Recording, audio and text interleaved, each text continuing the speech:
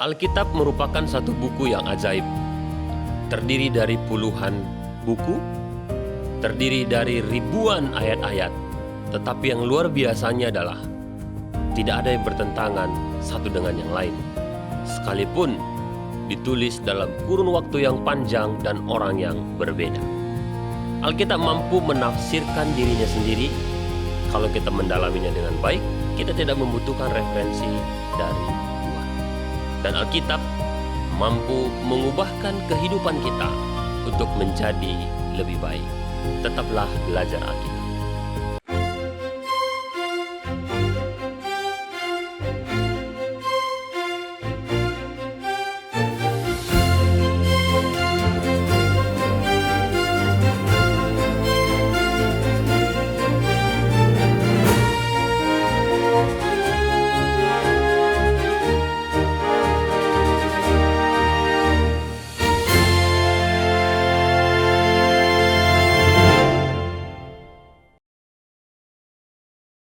Shalom, salam sejahtera pemirsa AWR Borneo dimanapun berada. Satu sukacita yang sangat luar biasa ketika kita merasakan kasih Tuhan di dalam hidup kita. Melalui kehidupan kita pada saat ini, kita masih dalam keadaan sehat. Kita masih diberikan kesempatan untuk belajar mendalami firman Tuhan. Artinya, masih ada kesempatan bagi kita untuk melakukan hal-hal yang terbaik. Mungkin apa tugas kita pada hari yang lalu belum selesai, hari ini, besok dan seterusnya masih ada kesempatan kita untuk memperbaiki. Terkhusus pada saat ini kita akan belajar firman Tuhan melalui pendalaman sekolah Sabat yang akan dipimpin lebih dalam oleh Pendeta Pasaribu. Shalom Pendeta. Shalom, shalom pemirsa. Bapak Ibu pemirsa, mari kita siapkan buku, hati dan pikiran kita untuk mempelajari lebih dalam. Kita masuk kepada pelajaran yang keempat dengan judul Peran Alkitab. Namun sebelumnya, saya mengundang kita untuk berdoa. Kita berdoa. Tuhan Bapa kami di sorga, pada saat ini Tuhan kami siap untuk mendalami firman-Mu. Ajari kami agar kami dapat mengerti sepenuhnya dan ini akan menuntun perilaku kami sehingga kami dapat melakukan dengan baik. Di dalam nama Yesus kami berdoa. Amin. Amin. Baik, kita membuka pelajaran kita, pelajaran yang keempat, peran Alkitab. Bapak Ibu pemirsa, kalau kita membeli barang elektronik khususnya, sekecil apapun itu, selalu terselip di dalam kotaknya itu ada kertas atau seperti buku kecil, yaitu buku penuntun. Untuk apa? Untuk memaksimalkan setiap potensi dari alat elektronik yang kita beli. Bagaimana volumenya, bagaimana yang lain-lainnya, semua diatur di situ. Jadi ketika yang kita membeli, ketika kita mau menggunakannya, semua dituntun di situ secara rapi. Itu yang pertama, kegunaannya. Yang kedua, apabila suatu saat terjadi trouble terhadap benda yang kita beli, maka untuk memulihkannya, memperbaikinya, yang pertama kita lakukan adalah kembali membuka buku penuntun. Kalau di situ tidak menemukan solusi, di situ pasti ada informasi, hubungi nomor sekian atau hubungi kantor di sini. Nah, supaya benda elektronik yang kita beli itu berfungsi dengan baik. Kurang lebih seperti itulah di dalam kehidupan kita. Alkitab merupakan buku penuntun untuk kehidupan kita. Ketika kita dalam keadaan susah, ketika kita membutuhkan sesuatu, Alkitablah jawabannya. Oleh sebab itu, bagaimana cara mempelajari Alkitab, apa tujuannya, bagaimana isi Alkitab, pada saat ini kita akan mempelajarinya. Ayat hafalannya tertulis di dalam Ibrani 4 ayat 12 dikatakan, sebab firman Allah hidup dan kuat dan lebih tajam dari pedang bermata dua manapun. Ia menusuk amat dalam sampai memisahkan jiwa dan roh, sendi-sendi dan sumsum. Ia sanggup membedakan pertimbangan dan pikiran hati kita. Ini merupakan satu pembahasan yang sangat penting karena bagaimanapun, ya sebagai umat Kristen, selagi kita masih bernafas, kita akan selalu berdampingan dengan Alkitab. Baik, Pak Pendeta. Yang menjadi kendala di dalam kehidupan kita adalah masih banyak orang meragukan Alkitab. Atau banyak orang membaca Alkitab hanya untuk mencari dukungan terhadap pendapat saya. Ketika pendapat saya tidak sesuai dengan Alkitab, maka saya memberontak. Kalau memang kita percaya bahwa Alkitab ini adalah satu tulisan yang benar, apa ukuran kebenarannya? Kenapa dia disebut dengan kebenaran? Karena banyak orang berpendapat, loh itu kan pendapat penulis, yang satu. Ada pendapat seperti itu. Bagaimana respon kita terhadap hal seperti ini, Pak Pendeta? Ya, terima kasih Sharmika. Jadi bagi kita sebenarnya orang Kristen harus memiliki keyakinan bahwa Alkitab itu ukuran kebenaran. Bukan sebenarnya hanya untuk orang Kristen. Bagi manusia pun sebenarnya Alkitab itu merupakan ukuran kebenaran. Bagaimana kita bisa menerima, memahami bahwa Alkitab itu ukuran kebenaran? Di antaranya adalah bahwa Alkitab merupakan tabiat Allah yang paling dalam, memiliki hakiki yang tinggi, yaitu kasih. Kitab suci yang mengajari kasih bahkan terhadap musuh ada dalam Alkitab. Dan itulah sifat yang paling dalam dari Allah sendiri. Jadi Alkitab itu adalah tabiat Allah, di mana Allah mengasihi manusia yang paling berdosa. Oleh sebab itu, semua pendapat, semua pemikiran, semua argumen harus sesuai dengan Alkitab. Jadi apapun yang kita katakan, apapun yang kita argumenkan berdasarkan yang kita yakini harus sesuai dengan Alkitab jika itu berkaitan dengan imannya. Jadi iman kita harus dilandaskan pada Alkitab. Jadi semua pendapat apapun yang kita katakan tidak berdasarkan apa yang kita rasakan benar. Tidak apa yang kita pikirkan. Tidak apa yang kita bawa mulai kita lahir. Tidak apa yang diajarkan oleh orang tua kita. Tidak apa yang diajarkan oleh para pendeta, para teologi, para ahli Alkitab. Tapi apa yang dikatakan oleh Alkitab itu sendiri. Inilah sebenarnya penekanan yang mau saya sampaikan. Bagian yang pertama di dalam pendahuluan ini. Bahwa Alkitab itu adalah ukuran kebenaran menyangkut tentang iman kita terhadap Allah. Saya pikir itu, Sir. Mungkin ayatnya bisa kita lihat di sana ya. Bahwa segala sesuatu itu kita berpedoman kepada pernyataan Alkitab. Kalau kita bisa baca ayatnya di 2 Timotius 3 ayat 16 bisa Sir membantu saya membacanya. 2 Timotius 3 ayat 16 sampai 17. Di sana dijelaskan tentang semua harus bermuara pada pernyataan Alkitab. Boleh ya? Baik. 2 Timotius 3 ayat 16 dan 17. Segala tulisan yang diilhamkan Allah memang bermanfaat untuk mengajar, untuk menyatakan kesalahan, untuk memperbaiki kelakuan, dan untuk mendidik orang dalam kebenaran.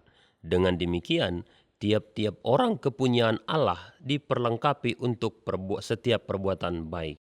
Makasih. Jadi salah, benar, baik atau buruk, Ser kan guru, jadi tapi guru yang paling hebat adalah Alkitab.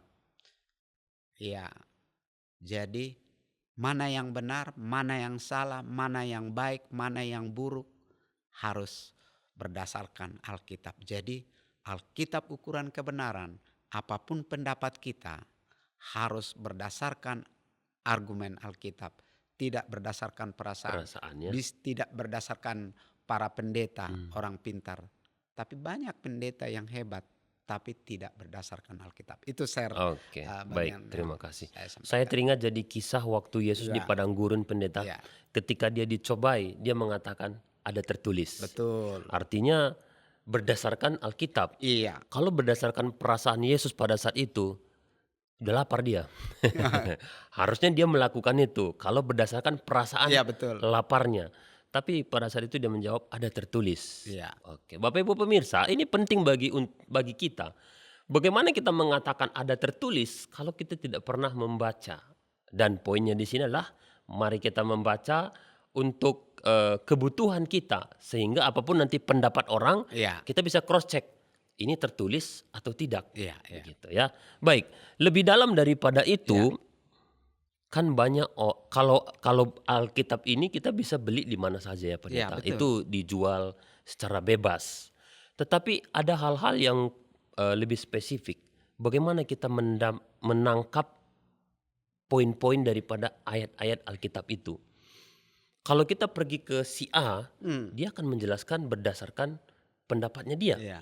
Kalau kita pergi kepada si B, dia juga akan menjelaskan berdasarkan pemahaman dia. Saya pernah mendengar satu pernyataan dikatakan bahwa Alkitab itu akan menjelaskan dirinya sendiri dan itulah yang membedakan dia dari buku-buku lainnya. Apa maksudnya ini Pak Pendeta? Iya, Sir. Jadi ada istilah dalam memahami Alkitab, biarlah Alkitab itu yang menafsirkan dirinya sendiri. Betul. Bahasa yang lebih mudah dipahami awam, biarlah Alkitab itu yang menjelaskan siapa, bagaimana dirinya sendiri. Dan itu kita mudah sebenarnya memahaminya. Jadi konsepnya adalah bagaimana Alkitab menafsirkan dirinya sendiri seperti ini. Di saat kita membaca Alkitab, harus lengkap sesuai dengan apa yang dipikirkan atau apa ide Alkitab itu sendiri. Bagaimana itu supaya lengkap? Ada istilah kan sekarang kalau di di media sosial, oh kamu salah itu menafsir kata-kata saya, dipotong itu, tidak lengkap. Ini banyak sekarang peristiwa yang saling menyalahkan. Oh kata-kata saya itu dipotong, sama. Jadi Alkitab itu haruslah menafsirkan dirinya sendiri. Dengan cara apa? Setiap pernyataan harus dilihat perikopnya, dilihat ayat di atas, dilihat ayat di bawah, bahkan lebih luas lagi kepada siapa itu disampaikan. Apakah itu arti literal, apakah itu perumpamaan, apakah itu lambang. Jangan lambang kita pakai jadi literal. Atau literal kita pakai menjadi lambang atau perumpamaan. Maka untuk memahaminya kita harus baca satu perikop. Bahkan kalau kita belum dapat makna yang sesungguhnya, kita harus bisa baca di pasal yang sebelumnya atau pasal yang sesudahnya. Jadi banyak pertentangan karena mengambil ayat itu secara sepotong ya. Jadi kalau saya buat salah satu contoh ya.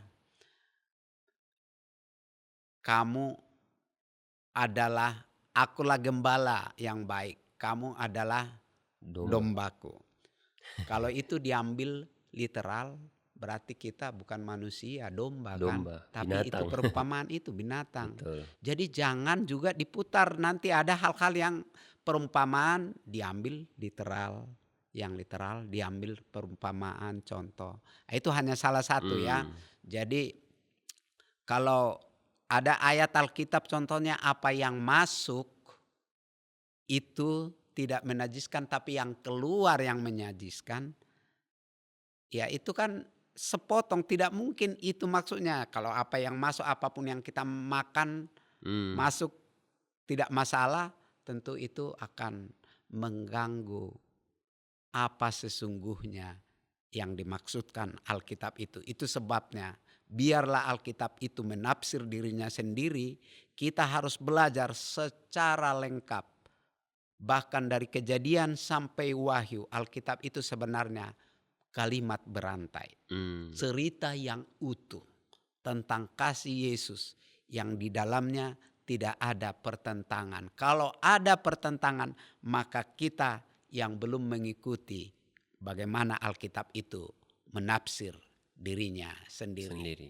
Iya, Baik. begitu Sir. Karena memang sumber idenya ini satu ya pendeta ya. Iya, Yang menuliskannya saja yang berbeda. Jadi betul. nggak mungkin satu orang bertentangan terhadap dirinya Betul, sendiri. betul. Betul. Jadi tidak mungkin Allah mengatakan sekarang A, Mm-mm. besok menjadi B, Betul. dan lusanya kembali kepada A. Iya. Ya itu. Jadi saya ada di sini, saya membuat makna dari kata Alkitab. Ini saya coba membuat sendiri ya, ini Oke. ada pengertian Alkitab. A itu seperti ini, Sir. Allah menjadi dasar dan pedoman melalui firman-Nya dalam melakukan penafsiran. L-nya itu lain daripada Alkitab, hanya sebagai keterangan tambahan. K, kutipan yang mendukung pernyataan harus sesuai dengan kebenaran firman. I, ilmu pengetahuan manusia harus dibawa otoritas ilmu keselamatan, yaitu Alkitab.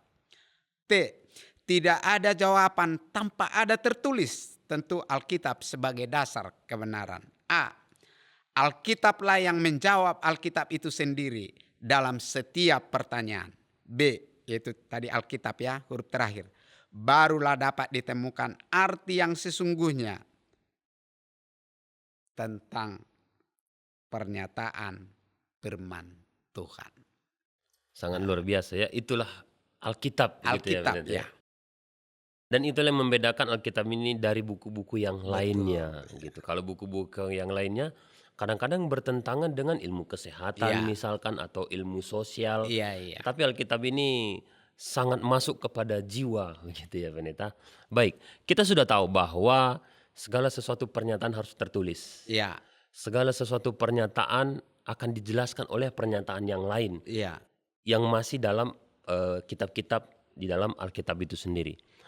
Pertanyaannya adalah, ada orang seharian bahkan semingguan nggak menyentuh dan bahkan nggak membaca Alkitab, begitu ya.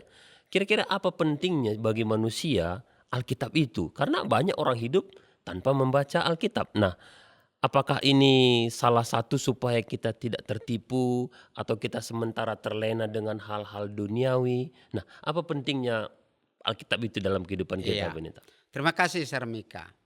Jadi tadi kita bagian pertama Alkitab ukuran kebenarannya. Betul. Sesungguhnya tidak ada gunanya kita mengerti bahwa Alkitab itu ukuran kebenaran kalau toh kita tidak mendalaminya dan mempelajarinya. Jadi memang sangat penting sekali mempelajari Alkitab. Kenapa? Ya, ada juga sesuatu yang ironis bagi kita orang-orang Kristen. Pengalaman saya sebagai pendeta. Satu, ada banyak Alkitab yang disimpan utuh. Jadi masih bagus, masih di situ plastiknya. Dan ada juga Alkitab pada waktu orang meninggal, di bawah Alkitab itu. Tapi waktu hidupnya tidak dibaca. Tapi dibawa dikubur seolah-olah sesudah dikubur nanti Alkitab ini bisa dibaca. Sesungguhnya Alkitab itu bukan pajangan, bukan hanya lambang yang penting ada Alkitab bahwa saya orang Kristen. Tetapi Alkitab itu harus memang kita baca. Kenapa? Kenapa kita harus belajar? Salah satu adalah agar kita tidak tertipu dengan ajaran yang di luar Alkitab. Oh, ada ajaran yang di luar Alkitab? Iya, kalau kita kan lihat di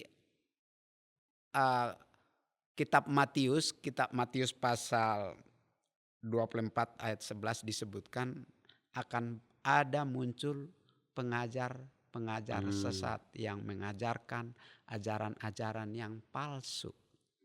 Bagaimana ini bisa kita mengerti kalau kita tidak belajar Alkitab? Ada banyak orang Kristen ditanya imannya, kenapa kau percaya pada Alkitab?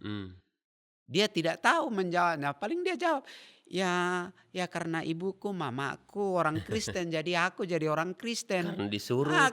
Karena jadi dia tidak paham. Jadi kita menjadi percaya Alkitab bukan karena agama turunan, bukan karena orang tua kita percaya Alkitab lalu kita percaya Alkitab, tapi karena kita membaca, kita mempelajari, sehingga kita akan terhindar dari doktrin tipuan. Ya banyak sekarang kalau kita lihat kan di media sosial, pendeta di sana membahas tentang perikop yang sama, berbeda dengan pendeta yang di sini. Pendeta yang di sana. Jadi kalau berkumpul 5 pendeta, jangan-jangan ada 6 pendapat. Karena apa? Ya itu tadi. Ya bisa saja dia tidak belajar sesungguhnya apa isi Alkitab itu, apa kebenarannya. Jadi orang Kristen kalau ditanya imannya dia tidak bisa menjawab, berarti dia tidak belajar Alkitab. Maka saya menghimbau kepada kita semua pemirsa betapa pentingnya kita membaca Alkitab ini. Jadi tidak hanya simbol lambang yang kita tunjukkan kita ada Alkitab di rumah kita, ditaruh di atas meja.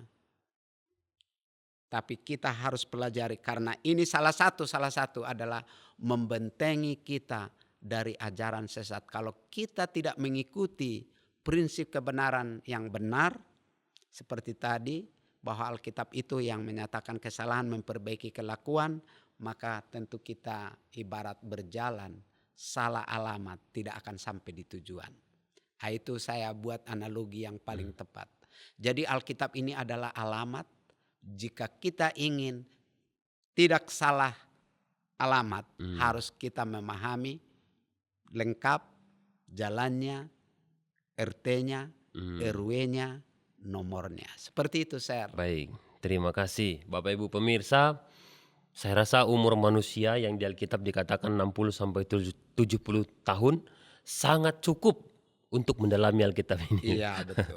Karena Alkitab ini tidak akan bertambah ayatnya. Iya. Saya rasa cukup. Ini menjadi tantangan bagi saya, bagi kita semua untuk mengambil sebuah tekad mendalami Alkitab ini. Iya. Baik. Pak Pendeta, kita hidup di dunia ini, di dunia yang masih berdosa. Iya. Banyak tantangan, banyak godaan, ujian yang harus kita hadapi. Kita harus punya satu prinsip, kita harus punya satu kekuatan juga untuk melawan hal-hal yang tidak baik. Dikatakan di sini bahwa Alkitab itu juga merupakan bagian daripada senjata paling kuat. Iya. Nah, apa maksudnya bahwa Alkitab itu adalah senjata, Pendeta? Betul. Alkitab inilah perlengkapan kita, ibarat kita berperang secara fisik. Ibarat kita kalau pergi ke sawah, alat kita adalah cangkol, parang. Ibarat kita pergi ke kantor ada pulpen, ada ini, yang lainnya. Tapi ibarat kita sebagai orang Kristen, kita harus memiliki juga alat senjata. Senjata kita adalah Alkitab. Jadi Alkitab itulah kekuatan kita. Karena disebut kalau kita buka itu di Efesus 6 ayat 11 sampai 16 ya. Bahwa Alkitab itu adalah merupakan perlengkapan senjata, menjadi tameng. Ibarat orang supaya kuat disebut menjadi ikat pinggang kebenaran. Apapun yang kita lakukan harus ada alat. Pekerjaan apapun kita selalu ada Harus alat. ada alat. Bila mana kita berjalan dalam iman, maka Alkitab inilah senjata kita. Alkitab inilah kekuatan kita. Alkitab inilah pelindung kita. Alkitab inilah pembela kita. Alkitab inilah yang menolong kita dari segala gangguan iman kita. Kalau bukan Alkitab, maka kita tidak akan bisa menang. Karena hanya ini senjata kita. Senjata, kekuatan, pelindung, tameng, Alkitab ini. Itu sebabnya tadi bagian yang pertama kita harus baca. Iya, seperti itu, share yang. Baik, terima kasih. Jadi Bapak Ibu pemirsa, Pak Pendeta, kita juga harus paham Alkitab ini, Pendeta ya. Betul. Kenapa saya bilang paham? Saya kembali diingatkan ketika peristiwa Yesus di padang gurun, bahwa setan sendiri pun mengambil potongan Alkitab Iya. untuk menipu. Betul. Artinya kalau kita tidak memahami secara utuh, loh dia kan membaca ayat Alkitab, Ya. ikut. Ya. Ternyata itu salah. Ya. Jadi memang betul kita harus memahami ayat demi ayat, Iya. supaya kita tidak tertipu dengan ayat Alkitab itu sendiri. Baik, kita sudah paham tentang Alkitabnya. Kita sudah paham apa tujuan kegunaan daripada Alkitab itu di dalam kehidupan kita. Sering sekali keinginan kuat, tapi pada saat melakukannya kenyataannya kita lemah, Pak Iya, Pendeta. iya. Nah, mungkin Pak Pendeta bisa menyampaikan kepada kita berdasarkan pengalaman penggembalaan, bagaimana penerapan Alkitab ini di dalam kehidupan kita. Kalau sekedar membaca ya mungkin saya rasa semua boleh. Tapi dalam penerapannya ini kita butuh trik-trik khusus ini Pak Pendeta. Ya, baik. Ya, Sarmika ya. Ini kita tadi ada bagian yang pertama kita betapa Alkitab itu ditekankan sebagai ukuran kebenaran. Karena itu ukuran kebenaran kita melangkah lebih dalam. Pentingnya kita mempelajari. Kita sudah akui dia ukuran kebenaran. Maka kita akan pelajari secara utuh. Betul. Dan kedua-duanya ini belum cukup. Oke. Kedua hal ini belum memiliki nilai di dalam hidup kita jika belum masuk pada mengerti peranan Alkitab dalam hidup kita. Berarti mengetahui aja belum cukup ini. Ya, mengetahui Alkitab ukuran kebenaran, membaca Alkitab tidak cukup. Tetapi yang paling dalam adalah Alkitab ini harus merubah hidup kita. Jika kita membaca Alkitab, dia akan menyentuh hati kita melalui tuntunan Roh Kudus. Maka kebenaran itu mendorong kita, menggerakkan kita untuk merubah hidup. Kembali kepada dasar tadi. Kenapa kita percaya Alkitab itu punya Allah? Karena apa tadi? Karena Alkitab itu mengasihi musuh. Karena itu kalau itu tulisan manusia, manusia memiliki idealisme membenci musuh. Betul. Membalas Kejahatan dengan kejahatan yang dilakukan. Hanya karena Allah mengajari kita, makanya kita mengasihi musuh. Walaupun tidak mampu, tapi kita harus melakukan itu. Karena itulah tabiat Allah.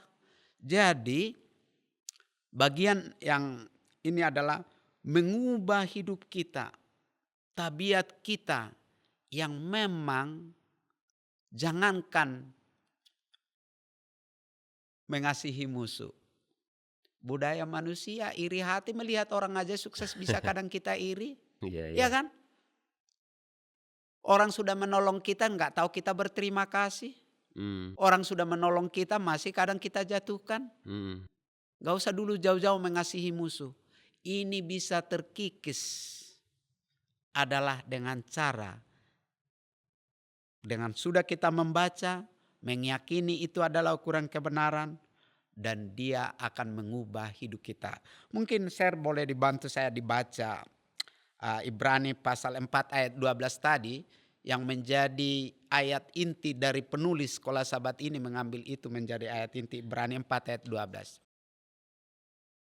Ibrani 4 ayat 12. Sebab firman Allah hidup dan kuat dan lebih tajam daripada pedang bermata dua manapun. Ia menusuk amat dalam sampai memisahkan jiwa dan roh, sendi-sendi dan sumsum. Ia sanggup membedakan pertimbangan dan pikiran hati kita.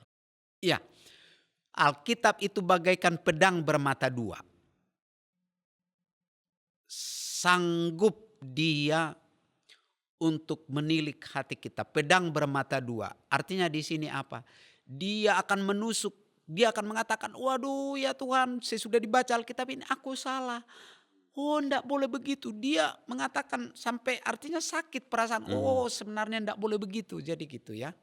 Jadi Alkitab itu akan membuka mata rohani kita bahwa kita perlu merubah tabiat kita dengan membacanya. Jadi namun pedang bermata dua ini dalam dua penerapan. Bagi orang yang mau menerima, dia Alkitab ini akan menjadi penolong, penyelamat yang mengubah tabiatnya.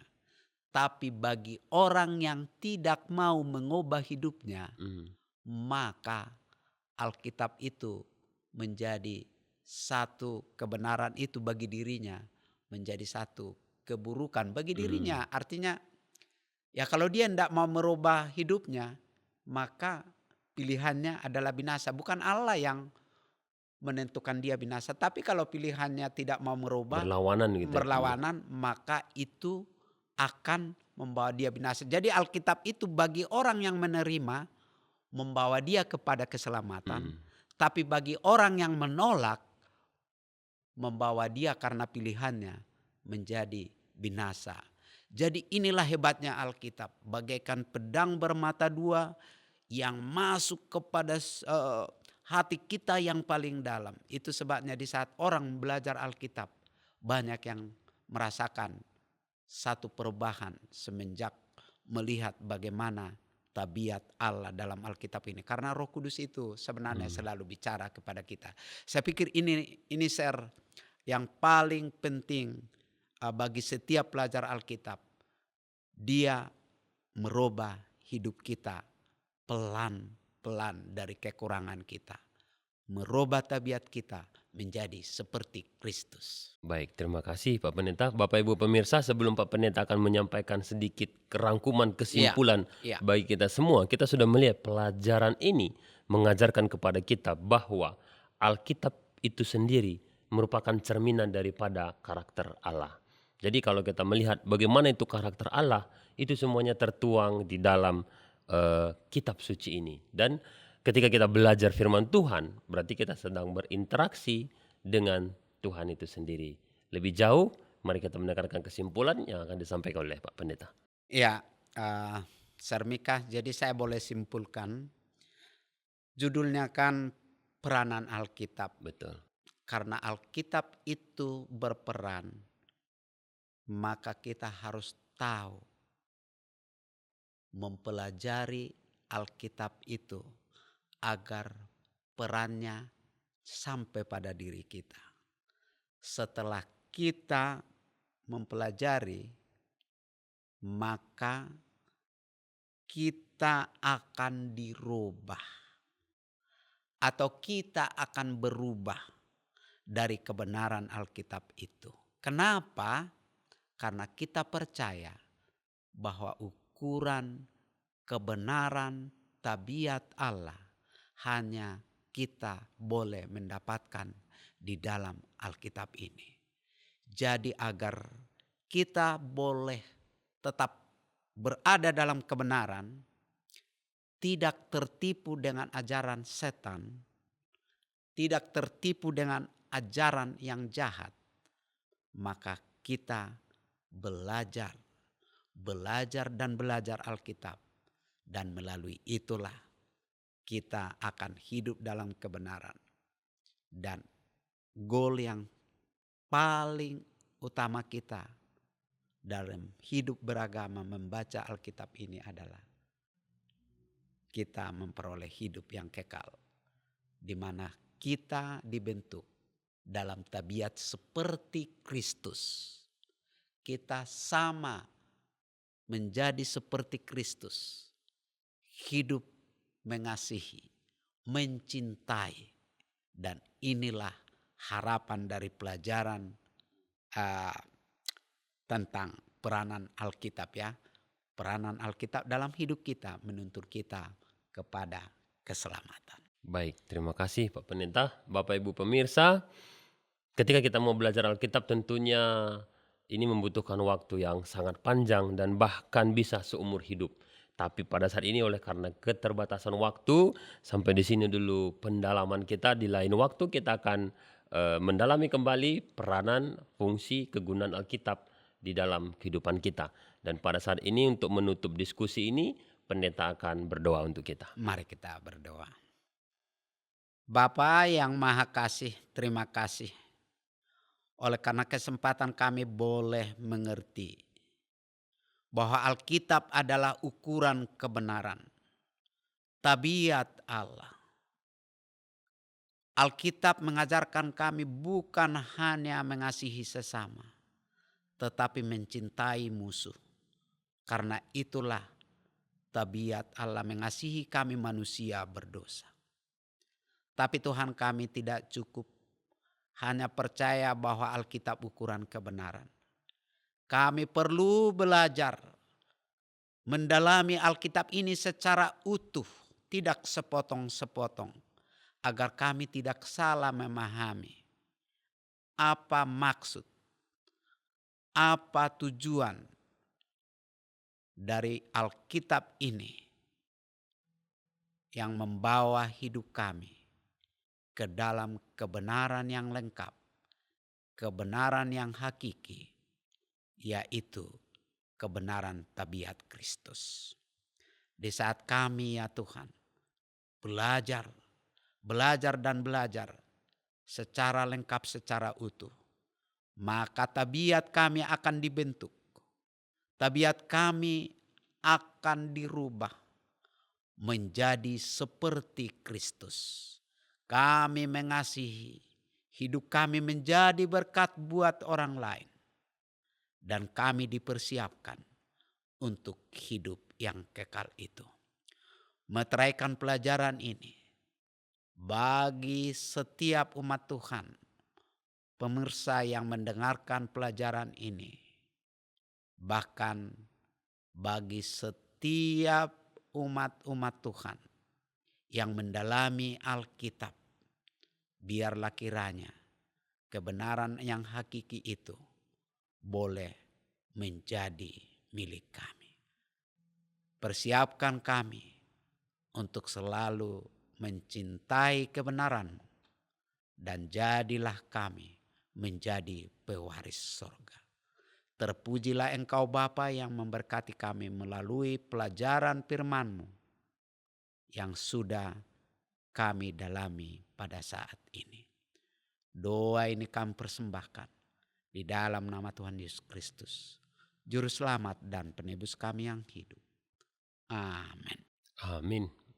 Bapak Ibu pemirsa, demikianlah diskusi sekolah sahabat kita pada saat ini. Kiranya pelajaran ini dapat menguatkan kita. Apabila Bapak Ibu merasa terberkati diskusi pada saat ini, mari bagikan channel ini, undang saudara-saudara kita untuk mengikuti channel ini dan kita akan belajar bersama.